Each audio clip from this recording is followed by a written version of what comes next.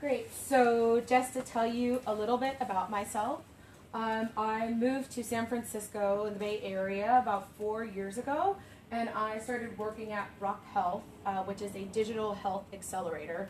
It basically means that it's a school for startups, and Rock Health is really focused on digital health or eHealth startups specifically, but ones that serve all populations, not just vulnerable populations. So I got my start there really learning about how health and technology, and specifically health and technology startups, operate in the United States. From there I moved to Zero Divide, and my work was focused more on vulnerable populations, so low literacy, low education, low income, generally just populations that face a lot of obstacles and barriers to accessing health care. And my work was focused on product development and engaging with vulnerable populations there through technology. And so now I have my own consultancy, Riveted Partners, that focuses on that, as well as another venture, P2 Health, which I will talk about later in the presentation. So just a little bit there. I won't spend a lot of time on this because I think Patricia did a wonderful job talking about this, but this is just how the United States Department of Health and Human Services talks about the social determinants of health in these 5 areas. So there's health and healthcare, which is a pretty actually small part of what determines what makes us healthy in terms of access to care. The bigger pieces are this social and community context. So really thinking about, in the case of race and ethnicity, like discrimination that people encounter and have to cope with, this degree of social cohesion, so living in neighborhoods where you don't really feel like that you trust people around you or that you are connected to people around you. There's the economic part, which of course low-income populations face a number of obstacles in being healthy, whether it's having access to healthy food, practicing being more physically active, having the food security, stable employment. Those are all obstacles to being healthy. Education, of course, being able to know where to find information, know how to source information and process it, and then the neighborhood and built environment. So the same, talking about access to healthy foods, quality of housing, crime and violence, and just your sort of environmental context. So those are all the sort of 5 major factors that affect how healthy we are. So I wanted to talk a little bit more about numbers. So these are more specific to the United States, of course, but wanted to talk about how much do each of these social determinants really contribute to overall health. And if you look at what the U.S. healthcare system is spending versus what's actually driving those healthcare outcomes, over here, these are the numbers that this is what's making us healthy. So about half of what makes people healthy are healthy behaviors. It's eating well, being physically active, sleeping, managing stress, maintaining positive relationships, so all behavioral factors.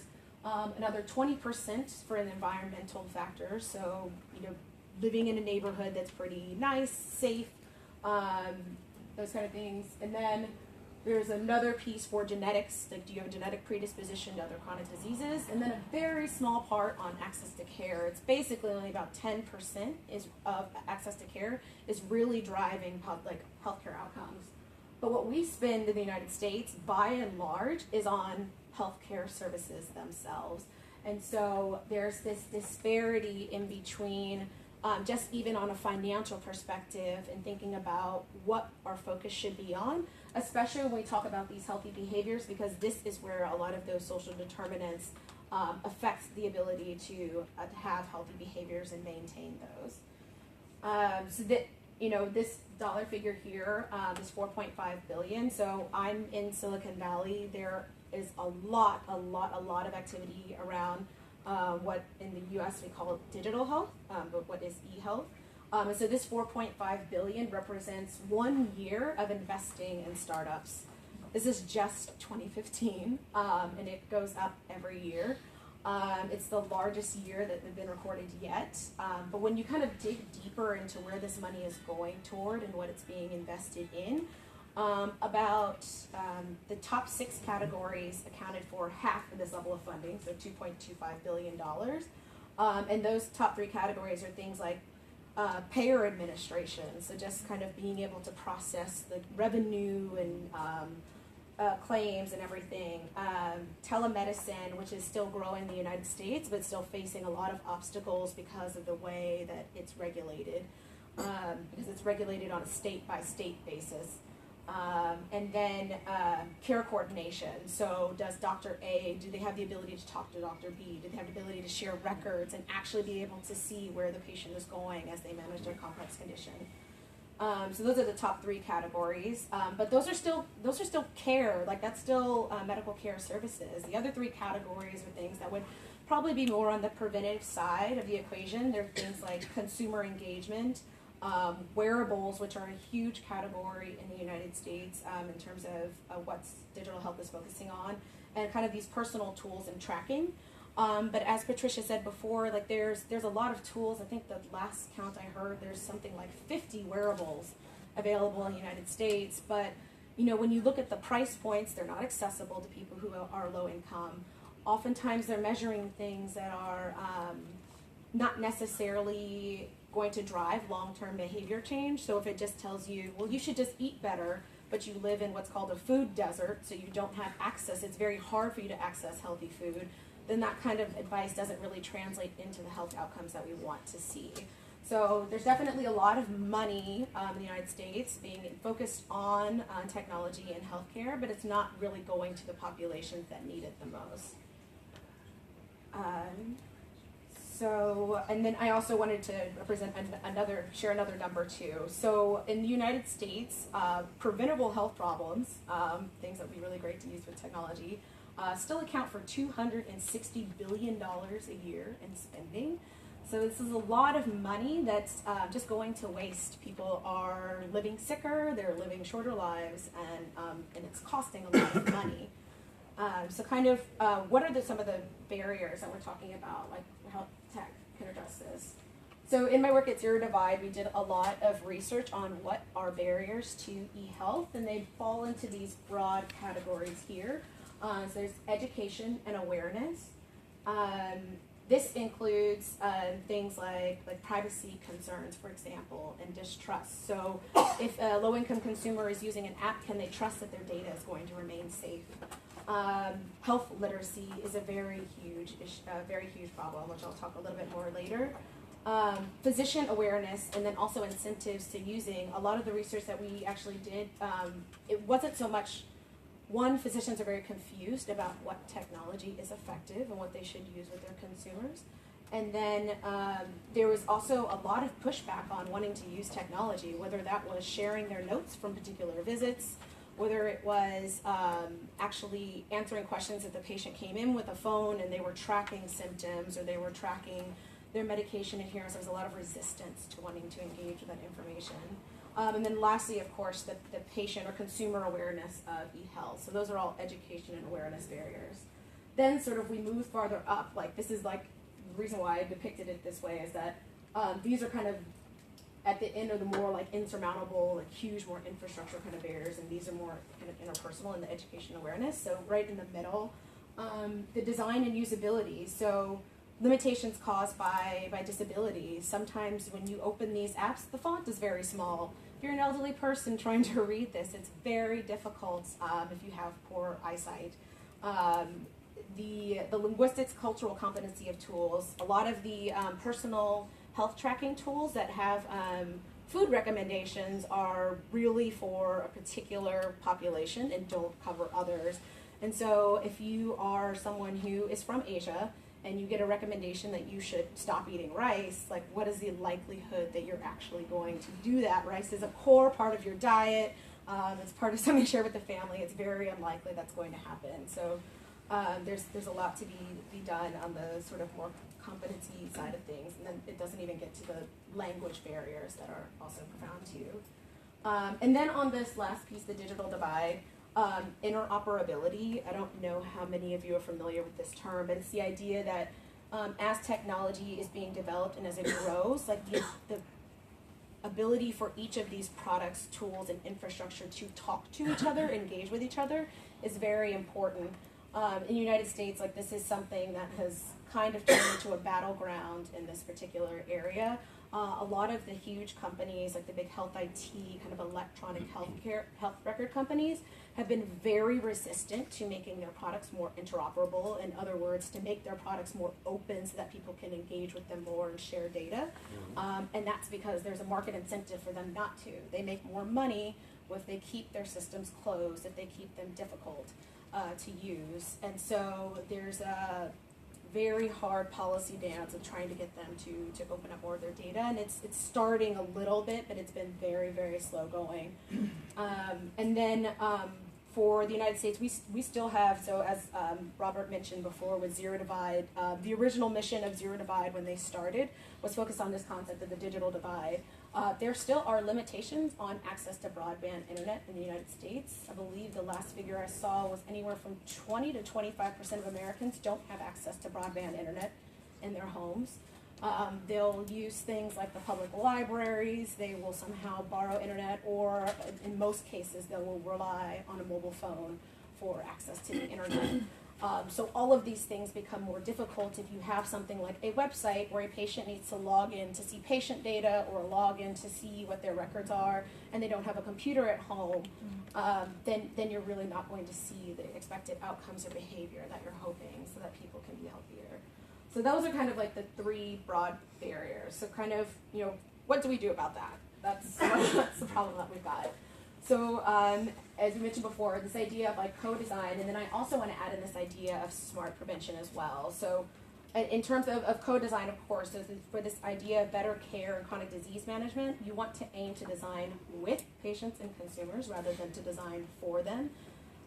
They need to be in the room literally from start to finish. They need to be involved in the entire process. And I like to kind of liken this to, everyone in here obviously is wearing clothes. You chose a particular garment for whether it was aesthetically pleasing or there was a purpose that it served. But the idea is that those clothes were designed for you in a certain sense. Like they took fit into account. They took color into account. There were all these considerations in this process of you, or at least like a version of you being involved in that process. The same thing needs to happen in healthcare, and we're not seeing that right now. Like right now we see kind of this one size fits all, and then sort of copying that out over a very large population. And then this idea of smart prevention. How can we, in the United States with healthcare reform, now a lot of there's a package of preventive services that are provided at no cost, but the sort of, it's beneficial because people are getting screenings, they're getting checked out by their doctor fairly regularly, but there's a potential, and this might be a reality, that it's actually going to end up costing more money because there will be a lot more people getting preventive services that they may not need. So you're going to spend money on prevention, you don't see the return on that for a very long period of time, but by then you've spent a lot of money already here that could have been better spent, like had you known a better idea of who needs to get preventive screenings or procedures or things at the right scale. So how can we use technology to better understand how we spend our money on prevention properly, both primary and, so primary prevention, so preventing a disease from occurring in the first place, and secondary prevention, this idea of keeping it from getting worse. So really getting into more specifics. So one of the first lessons that I want to share with like my work is like this idea of solving the right problem. You would be amazed in the United States, like I told you before, like the $4.5 billion that's being invested right now in health and technology, that actually represents a lot of waste because it's people chasing after solutions that are solving the wrong problem. They're chasing after things, they're not solving problems that people either need to be solved or that they want to be solved. And so, how can you think about doing this? You really want to identify opportunities that are measurable, first of all, beneficial, and then impactful. So kind of thinking a little bit more about doing this. So there's this idea that like if something is measurable, beneficial, and impactful, it may not be the most important problem, but it could be an easy start for you. It could be like an easy problem to solve, which is still beneficial, because if it's easy to solve, why wouldn't you want to do it? It could be very fast to solve, or it could be very inexpensive. And then it's this idea that in general, innovation is very hard, regardless of what industry you're in. Healthcare is particularly more difficult because we have patients' lives in our hands. But if you could find something that is easy, fast, and or cheap, that could lead to opportunities for future funding, future collaboration. It's the idea that you kind of start small and you work your way up to solving the big, major, complex problems. So really, this goes back to the co-design that I talked about. You want to understand your customers and the context that they're in, and do your research to inform your hypothesis.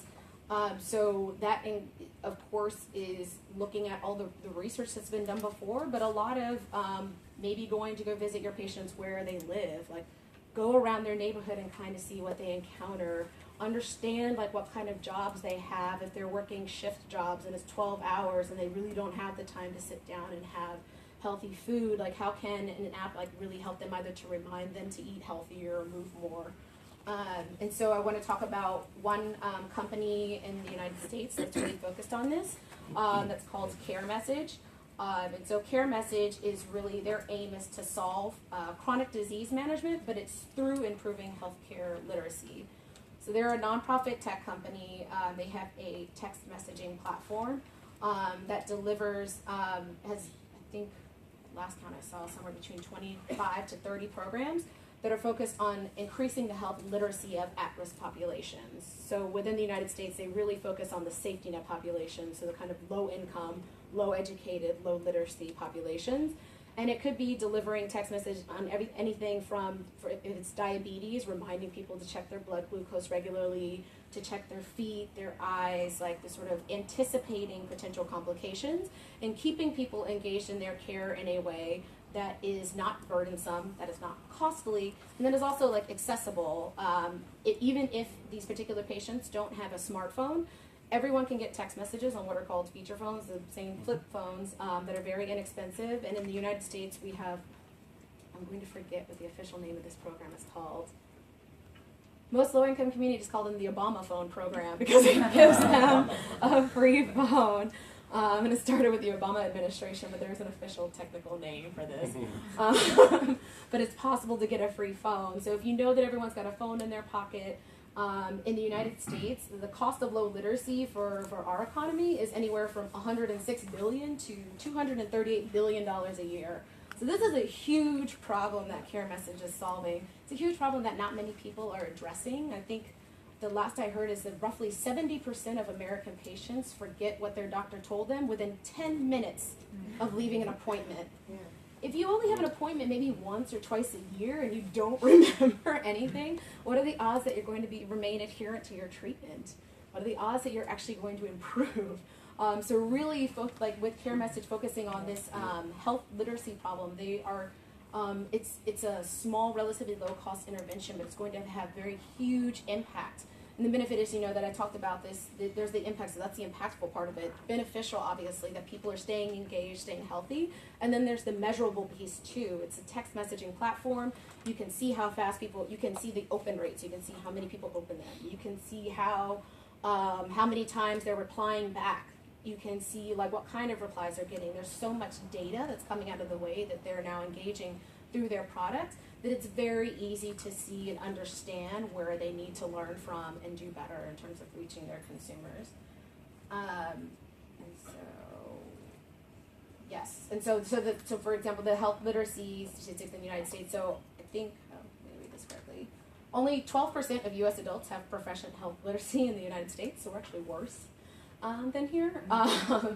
And then roughly, so more than a third of those, about 77 million people, would have difficulty with common health tasks, such as following directions on a prescription drug label, or things like adhering to a childhood immunization schedule. So these are very basic health behaviors that people need to do, and there's about 77 million people in the United States that are not capable of doing that.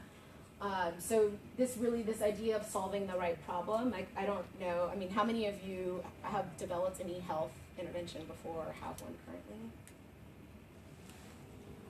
Okay, a few people in the room.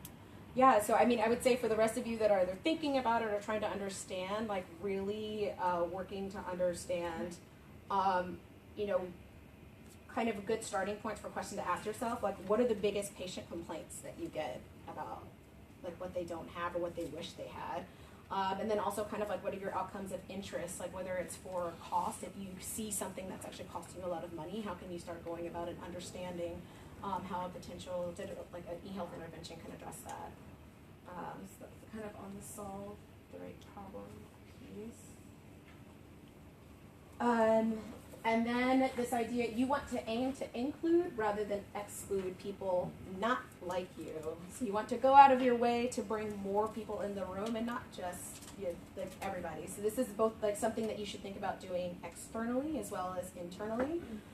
So externally, I always like talking about this idea, especially with technology. There's this idea that people want to go rush out and develop an app. They want to go rush out and build a website. And before you go do that, the first thing that you should do is start asking questions, because probably 9 times out of 10, people have developed some sort of workaround to the problem that you're trying to solve. If it's a problem and it's big enough and it's important enough, then people are finding ways. So for example, at Zero Divide, a lot for our research, we were finding that there was a lot of issues with finding health information for people who didn't speak English as a first language. And so in this focus group research that we were doing, we found that consumers were basically using social media to spread information. So someone who was at least pretty health literate would post things on their page, and then folks would just comment underneath with questions or follow-ups, and then they would share basically through Facebook to be able to find healthcare information rather than using more to the popular health media sources that we have in the US, things like WebMD or Everyday Health. So like this idea of like these like workarounds, you want to find those, because ideally like your solution, the solution you build has to be better than that workaround, because if it's not, it's just waste. And we want to avoid waste. And then also we want to improve patient outcomes. So really trying to find those workarounds. And then, you know, maybe it's possible that there isn't a workaround for your particular solution. You also want to do your research and look around and see who else is trying to solve something like it or analogous to it or adjacent to it. You know, we'll definitely talk about an example more of this later, but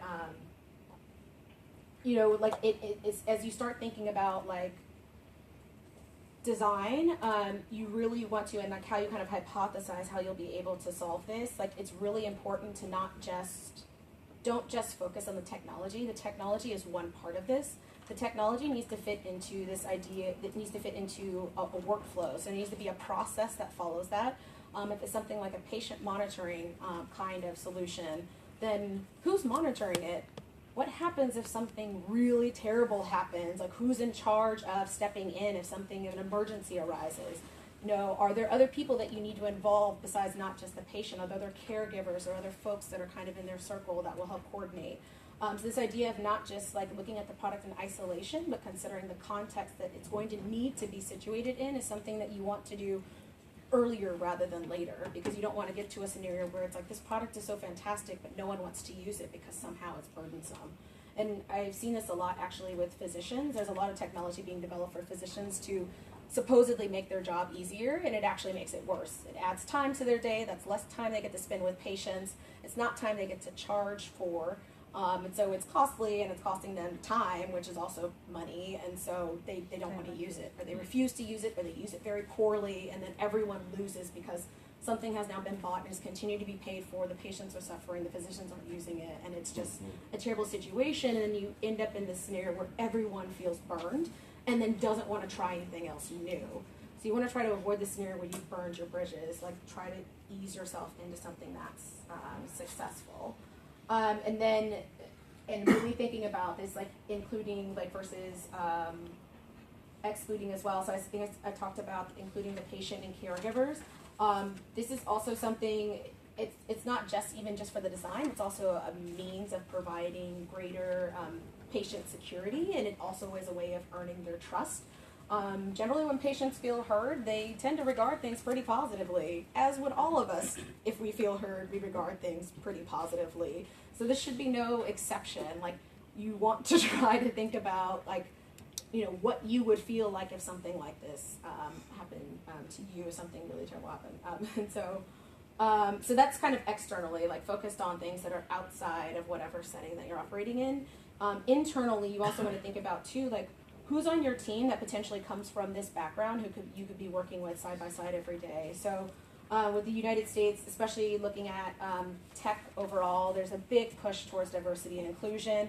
A lot of the messaging around that is focused on, in order to be innovative, you have to have people from a lot of different backgrounds, a lot of different ideas in the room.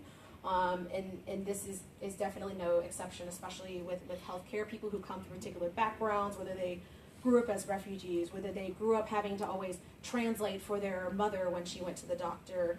Folks from those backgrounds will be able to kind of point out problem areas before they get too big for you and really add to a product that is more robust and more helpful for consumers who are not kind of currently engaging with the current healthcare system. Kind of building in this like lived experience. So kind of an example of like where a U.S. company has really taken this to heart is called Healthify. They're a software company that aims to help health plans and health systems coordinate and manage the social needs of their population. So all of those social determinants of health that I talked about, only one of those was healthcare. Healthify is really concerned with the other 4 areas. And basically how they work in terms of, you think about the inclusion piece, is that they connect patients to community services to help resolve other issues that are impacting their health. So whether this is housing, whether it's transportation, whether it's like access to food stamps and food security, and then through their platform, they're able to track and make sure that people are both getting referrals and making sure that those are followed through and carried out. So this idea of engaging with people who are completely outside of the healthcare system, which is still pretty new in the United States, but very necessary. But it's starting to grow, and including other maybe like less sort of workers who aren't considered to be more healthcare workers. So a lot of Healthify, of course, works with a lot of social workers, case managers, and a lot of more kind of more community-based agencies to really help these high-risk populations through this. And so as I said before, 60% of our health is affected by these social needs. And so for the United States market right now, like those needs, like things like food insecurity, housing, substance abuse that go unaddressed are linked to an additional $85 billion in Medicaid spending. So Medicaid is our low-income health insurance program in the United States. So definitely another very huge market that Healthify is addressing. There are very few people who are addressing this, and there's this idea too of like they have a big market opportunity, and then it's also helping patients be healthier.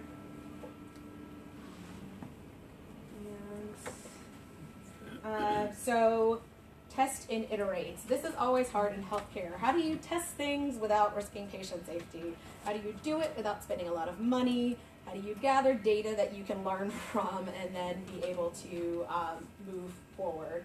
And so, I always like to talk about this idea of sort of testing ugly.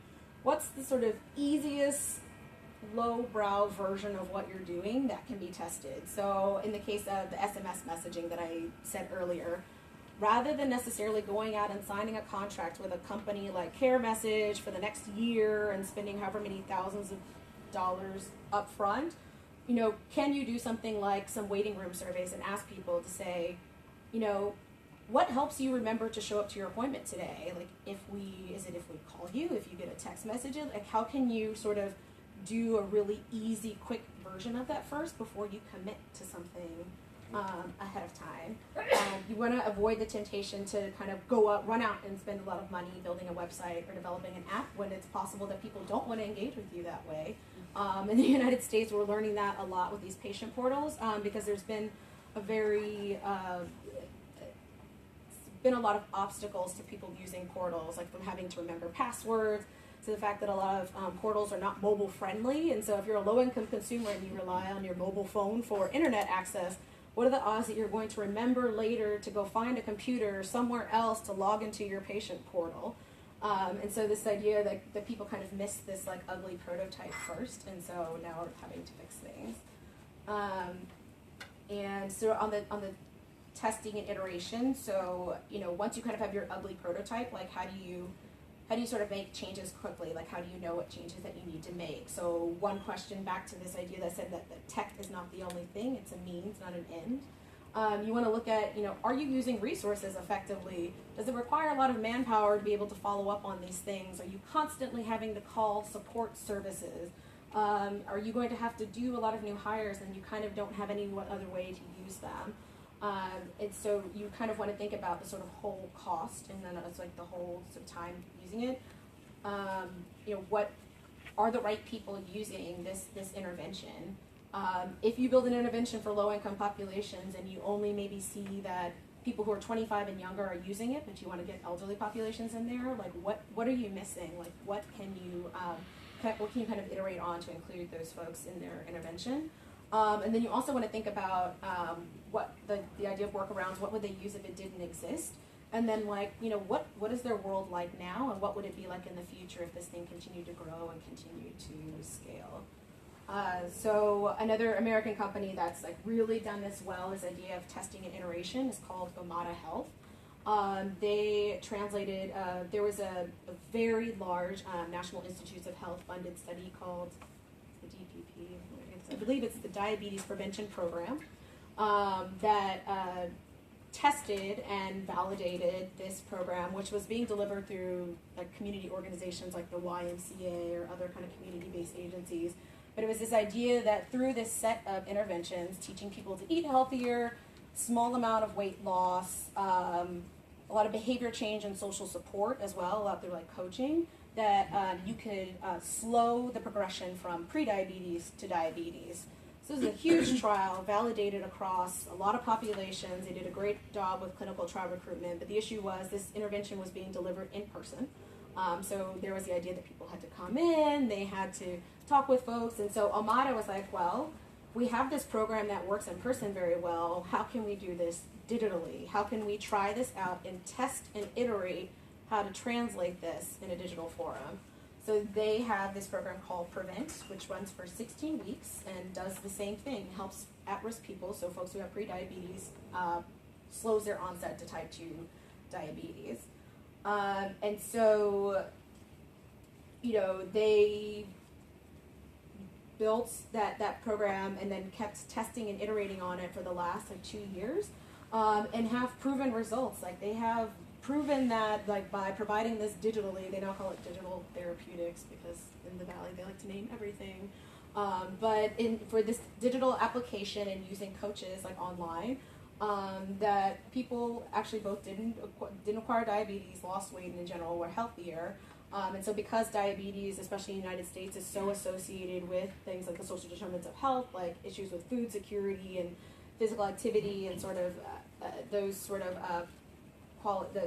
obstacles, they have now added features that are more designed for underserved populations because they realized they were missing patients that needed their help the most. Because in terms of their business model, they were selling themselves to commercial entities. It's pretty much the only way right now to make money in healthcare if you're a tech startup, unfortunately. So after they kind of had a couple years of runway and proved that they had this proven, they're like, okay, well now we really want to focus on folks who need this the most. And so they added features like they were trying to be more sensitive to food access when they suggested recipes. They now have bilingual coaches, so now they don't just offer services in English, they also offer them in Spanish. The rate of diabetes in Latino populations in the United States has skyrocketed, and I think is predicted to either double or triple over the next 7 years, I believe. And so definitely something that needed to happen, and they were just slow to do it, but have now incorporated that. They've also altered their curriculum, so it's accessible for people who have a low level of health literacy, as well as people who don't speak English as a first language. And then they have a clinical trial to assess these new features. So in addition to the fact that they built this, they now have a clinical trial, so they're going to, again, have validated results that this intervention is going to work in their population. So I think this idea of figuring out ways to test and iterate, there's a lot of discussion and movement around how to not strictly rely on randomized controlled trials because they are time-consuming, they are costly, and they don't really lend themselves very well to digital health interventions because of the fact that by the time that sort of the programming takes place, like you've kind of missed the window to actually be able to detect changes. And so a lot of like mixed methods and new experiment designs emerging to really demonstrate this. And there's a startup actually in the United States called Evidation Health that is trying to do this too, trying to validate and vet a lot of healthcare apps to see how well they work in terms of healthcare outcomes. So this last piece too, I have this thing. So I started working in health and technology coming from a global health background, and in global health it's a well-known concept, unfortunately, that there's this idea of pilotitis, that people design these pilots, they get a grant, and the pilot rolls out, and maybe it's in place for 1 year, 2 year, 3 if you're lucky, and then it dies because there's no financial runway. The data ends up sitting in someone's hard drive in some lab or in some university, and then no one gets to benefit from it. Not only that, you've burned bridges with the community because you've shown up and promised them these wonderful things. Maybe they really loved they loved the intervention that you were doing. Maybe they got a lot of benefit out of it, but then you left. And it's a question of kind of now what impact are we really having when we just rely on this sort of short-term like cycle of how we develop products. You really want to focus on how do you build this for scale? How do you start at the beginning, assuming that, hey, we know that 50 million people have this problem, and yes, we're only doing this with 100, but how do we think about at this time point now at 100 for how we serve 50 million people? Because then you can think about ways that when you get to your intervention that you can be more sustainable. You can think about how you're going to share your results, secure the resources, secure the partners, other collaborations. And so, you definitely see this too in pilotitis. So the P2 health that I referred to before, like that's really what I'm focused on, this issue of this failure to scale problem that's in the US. And so we're really trying to focus on fixing this in 3 key ways. I've started hosting a lot of events just to build more awareness around healthcare disparities, especially how tech can address those. To kind of increase the literacy within both the healthcare community as well as the tech community. Healthcare disparities still kind of sits in a little bit of a silo. I was talking with Robert and Chandra earlier that the American Medical Association, which is the largest physician membership association in the US, I think they're the largest, they had an equity roundtable, and they just ended it for want of funding, but they only needed about $150,000, which in the world that they're in is very, very small. It's like pocket change, basically. So there's still this idea that equity and healthcare disparity sort of sits on the outside, that it's seen as something you can get to later. And so there's a lot of education around just showing just how pervasive these are and how important it is, and really getting people to flip that frame of being less risk averse, because there's this idea of, oh, we can't try new things because like that presents a terrible risk and we can't risk our patients' lives. But there's the very real reality that what's being done right now is not sustainable, and what's being done right now is actually not effective. We're causing a lot of harm now from our lack of proper like innovation. And so how can we think about, kind of both de-risking innovation as well as thinking about where are ways that we can intervene. Then we're also trying to identify those same things, identifying opportunities and providing those frameworks in that direction so that we can drive innovation for vulnerable populations. And then lastly, this idea that the scaling piece, this runway, like how can we as P2 Health like really start building a fund basically to be able to invest in some of these interventions so they're not falling into this chasm of once the pilot is done, that everything is done. Because really I think that that's going to be the only way, is like getting both the financial incentives as well as the financing so that people can find the right business model and that it become more sustainable so that these things can scale to the point there. And so really trying to answer these questions like if these interventions are effective in improving healthcare outcomes, is it based on sound evidence? If it's effective, does it offer good value per dollar spent? And then also this idea too of questioning innovation, making sure you're not doing it for innovation's sake. Are there other options that achieve better results or the same results at a lower cost and like yields a net savings? So really trying to be a lot more purposeful and intentional about how money is spent and how it's linked to outcomes.